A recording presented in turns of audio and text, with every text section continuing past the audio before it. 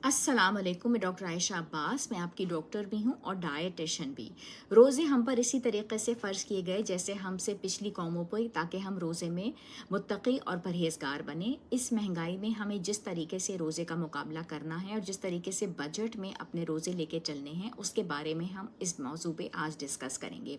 सबसे पहले हम शुरू करते हैं सहरी के बारे में। और सहरी में हमने जिस तरीके से रोज़ा रखना है, इस वक्त महंगाई के अंदर सबसे पहले तो हमने फलों का बायकॉट करना है।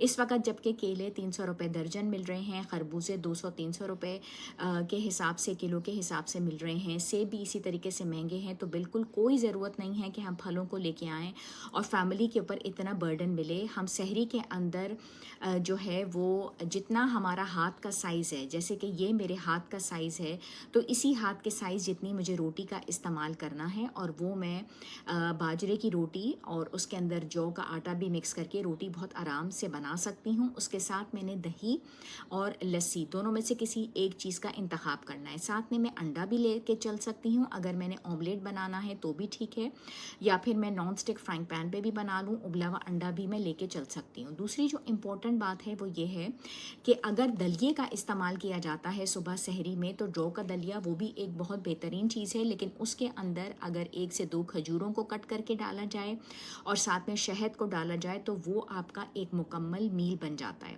ये चीज़ आप सहरी में लेके चलें। साथ में इसबगोल की भूसी को आपने तुख्मे बालंगा के साथ अगर रात में भिगो के रखा हुआ है तो बहुत अच्छी बात है, और अगर नहीं भिगो के रखा हुआ तो आप उसको इस वक्त इस्तेमाल कर लीजिए। और ये रोटी और दलिया और दही और या फिर लस्सी, इसबगोल, तुख्मे बालंगा, ये मोर देन इनफ हो जाता है आपके लिए, और इससे ज़्यादा सहरी की आपको ज़रूरत नहीं है। अब हम आ जाते हैं अफ्तार के ऊपर। अफ्तार में आपने 1 से 2 खजूर से अपना रोज़ा खोला, और उसके बाद जो आपने करना है वो ये करना है कि आपने पानी, नींबू पानी से जूस का और ड्रिंक का इस्तेमाल किया। आपको कोई महंगे महंगे ड्रिंक्स लाने की ज़रूरत नहीं है, कोई महंगे महंगे फल लाने के लिए, जूसेस बनाने के लिए, शेक्स बनाने के लिए ज़रूरत नहीं है। अगर आपको करना ही है तो आप खजूर का शेक बना सकते हैं, उसमें आप 1 से 2 इंजीर भी डाल सकते हैं। उसके बाद आपने उठ जाना है, उठ के नमाज़ अदा करनी है। मगरिब की टाइम जो नमाज का होता है वो वैसे भी बहुत कम होता है, और चूँकि हम रोज़ेदार हैं, रोज़े से हैं, हमने नमाज अदा की। उसके बाद जिस तरीके से हम पूरा साल खाना खाते थे, हमने रोटी के साथ, चावल के साथ, दाल के साथ, अगर हम मूंग की दाल इस्तेमाल करते हैं तो हमें बेहतरीन प्रोटीन की सोर्स मिल जाएगी। हमने उसी तरीके से खाना खाना है जैसे हम पूरा साल खाते थे, और कभी हमने दाल बना ली, कभी हमने सब्ज़ी बना ली, कभी हमने चावल बना लिए। हमने कोई महंगे महंगे आइटम्स नहीं बनाने। अगर हमारा फ्राइड आइटम्स पे दिल करता है, क्योंकि चने की ये खसूसियत होती है, ये ख़ासियत होती है, इसीलिए पकौड़े जो हैं वो इंट्रोड्यूस किए गए थे कि वो आपके हाजमे के या डाइजेशन के निज़ाम को बहुत बेहतरीन करते हैं। तो अगर हमने 1 से 2 पकौड़े ले लिए, उसमें चना या बेसन शामिल है, तो वो आपके डाइजेशन के सिस्टम को बहुत बेहतर करते हैं। तो हमने 1 से 2 पकौड़ों का इस्तेमाल कर लिया। किसी दिन हमने एक समोसा ले लिया, किसी दिन रोल ले लिया, लेकिन सारी चीज़ें बनाने की ज़रूरत नहीं है।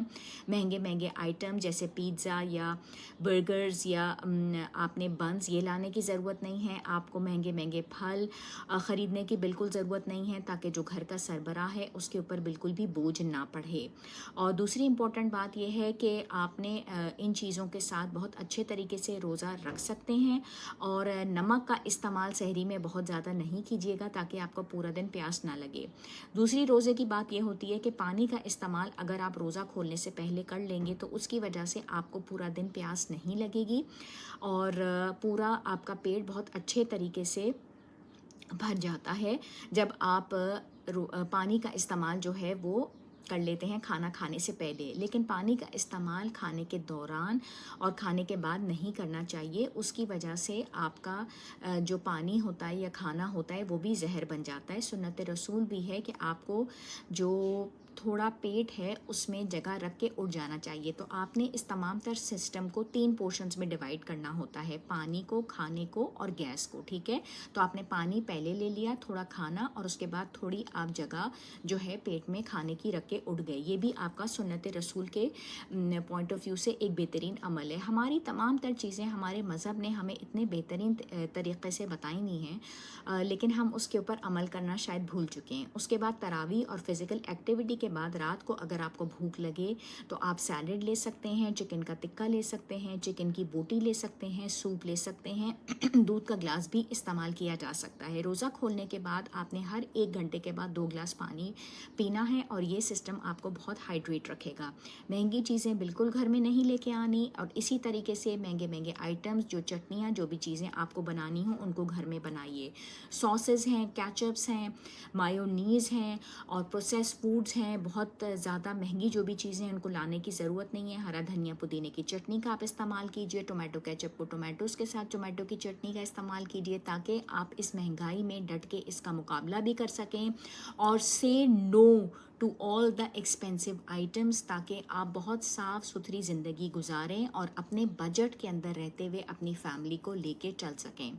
तो आई होप ये टिप्स आपको थोड़ा कॉन्फिडेंस भी देंगी, थोड़ी करेज भी देंगी कि किस महंगाई में और किस तरीके से आपने अपनी फैमिली को इस बजट के अंदर लेके चलना है, सब्जियों के साथ, दाल रोटी के साथ और बिल्कुल साफ़ सुथरी ग़िज़ा के साथ, जिसमें खजूर का इस्तेमाल सहरी और इफ्तार दोनों में होगा, जिससे आपको तमाम न्यूट्रिएंट्स मिल जाएंगे और एनर्जेटिक आप रहेंगे पूरा दिन। बहुत शुक्रिया। इंशाल्लाह मिलेंगे फिर एक नई वीडियो के साथ। जब तक के लिए अल्लाह हाफिज़ एंड बाय बाय।